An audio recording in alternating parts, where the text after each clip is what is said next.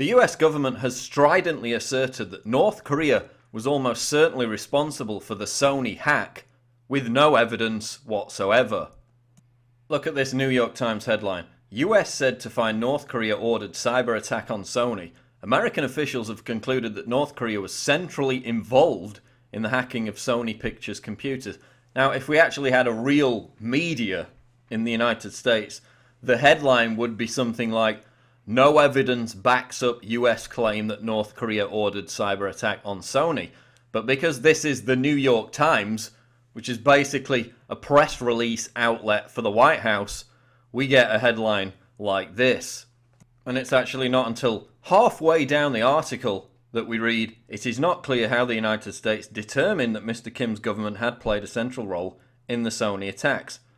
In other words, there's no evidence whatsoever to back up this claim. As Wired News' Kim Zeta reports, the evidence that North Korea hacked Sony is flimsy. Sony and the FBI have announced that they've found no evidence so far to tie North Korea to the attack. In fact, the only evidence that really does indicate anything is that this hack attack on Sony Pictures was an inside job.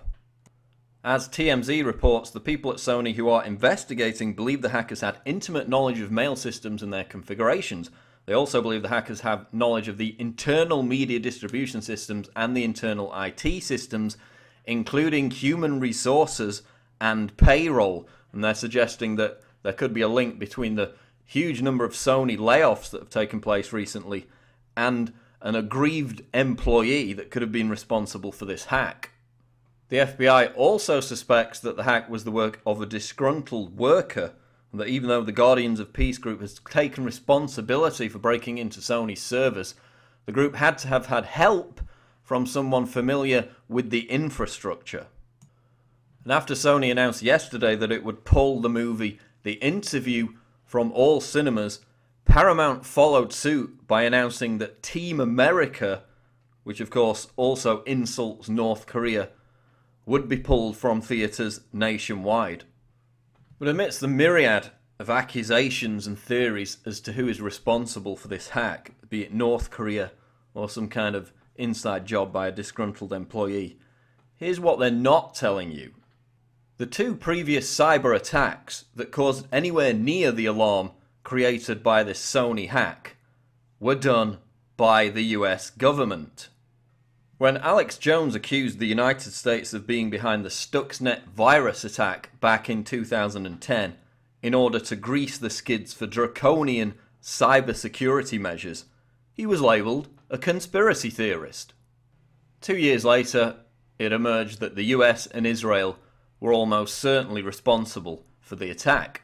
And again, we saw the same thing with the Flame virus aimed at targeting Iran's nuclear program. It was a conspiracy theory to blame this on the United States and Israel.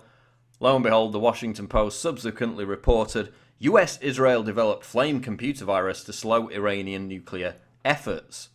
But of course, at the time, the blame was solely pinned on foreign actors like Russia, just as it is being pinned on North Korea now with the Sony hack, in order to justify draconian cybersecurity measures like the ones that Joe Lieberman called for, in giving the White House the same power as China to censor and shut down the internet. So what do we see now with the Obama administration saying that North Korea is responsible with no evidence whatsoever, that this is a national security matter, and that it reiterates the fact that Congress should pass the cybersecurity bill.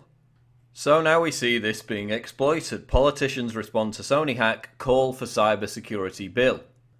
Cybersecurity legislation that has repeatedly stalled in Congress is now looking set to get the green light in the aftermath of this Sony hack. John McCain said in a statement, Congress as a whole must also address these issues and finally pass long overdue comprehensive cybersecurity legislation.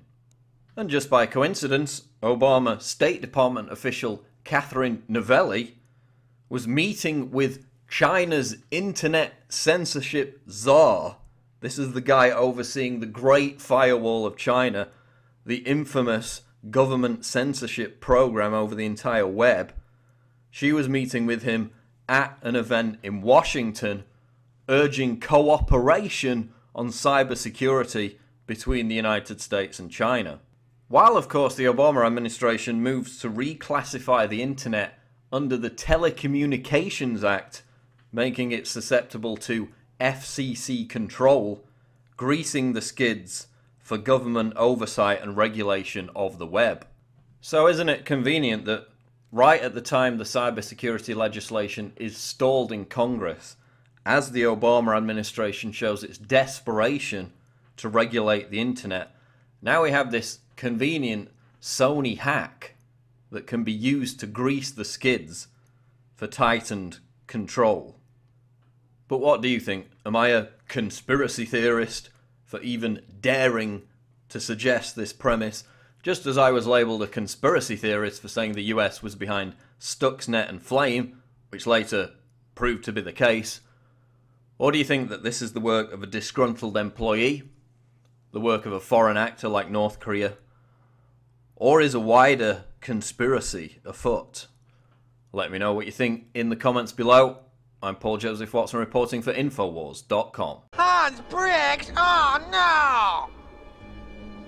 Oh, hello, great to see you again, Hans.